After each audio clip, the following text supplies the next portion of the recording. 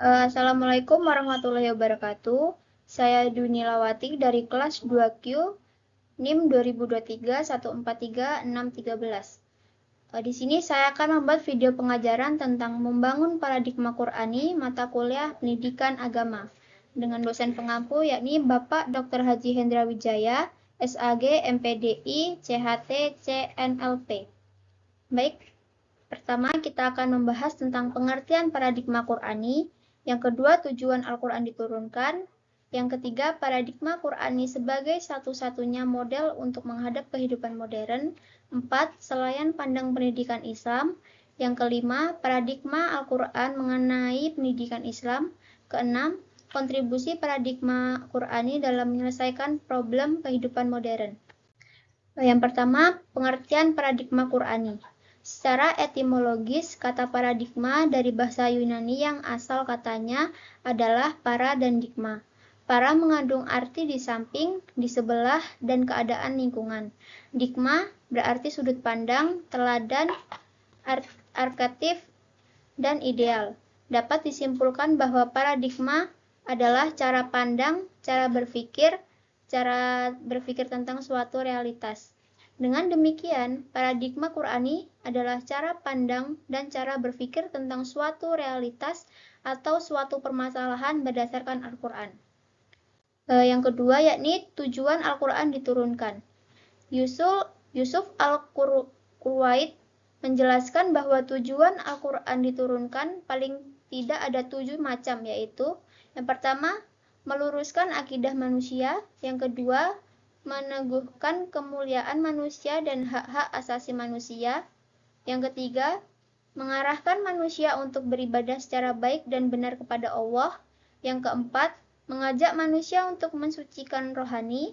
Yang kelima, membangun rumah tangga yang sakinah dan menempatkan posisi terhormat bagi perempuan. Yang keenam, membangun umat menjadi saksi atas kemanusiaan. Yang ketujuh, mengajak manusia agar saling menolong. Yang kedua yakni paradigma Qur'ani sebagai satu-satunya model untuk menghadap kehidupan modern.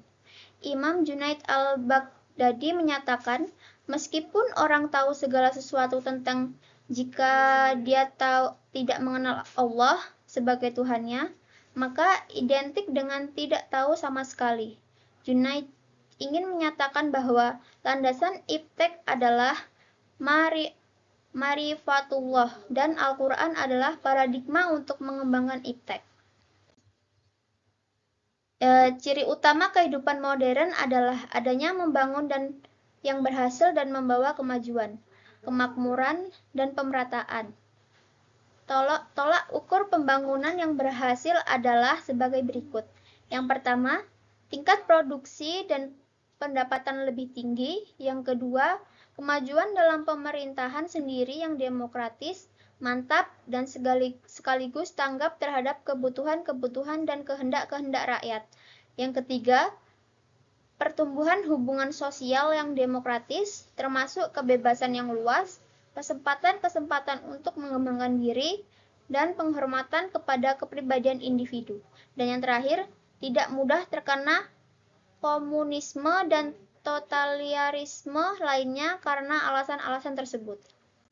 Yang ketiga yakni selayan pandang pendidikan Islam. Dalam paradigma pendidikan Islam disebutkan bahwa istilah pendidikan Islam mencakup berbagai pengertian, yakni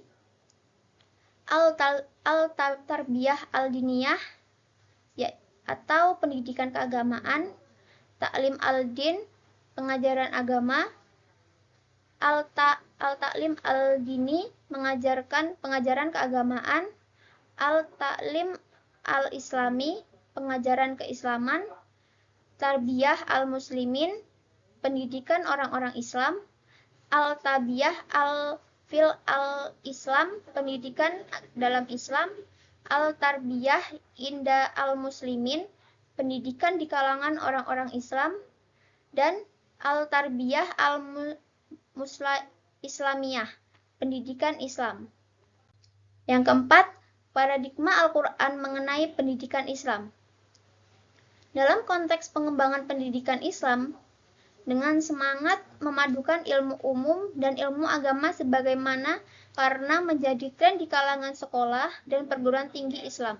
Al-Quran sebagai pemikiran Islam sangat banyak memberikan pencerahan yang perlu dikembangkan secara filosofi maupun ilmiah.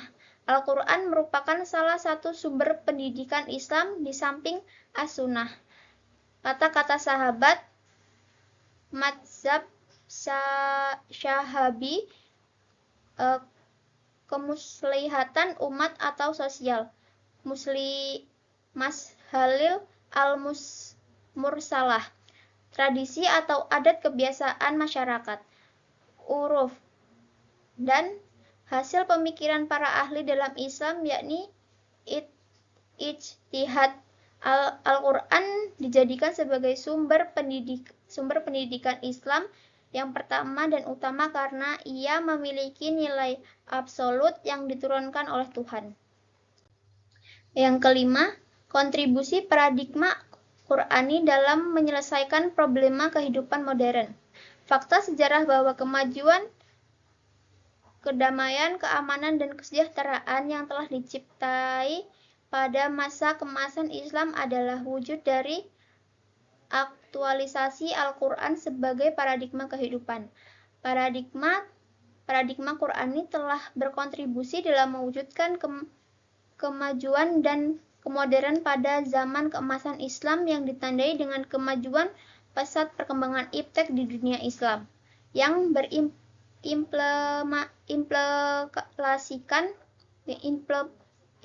berimplikasi terhadap kemajuan di bidang lainnya, seperti ideologi, politik, ekonomi, budaya, militer, pendidikan, perdamaian, keamanan, dan kesejahteraan lainnya.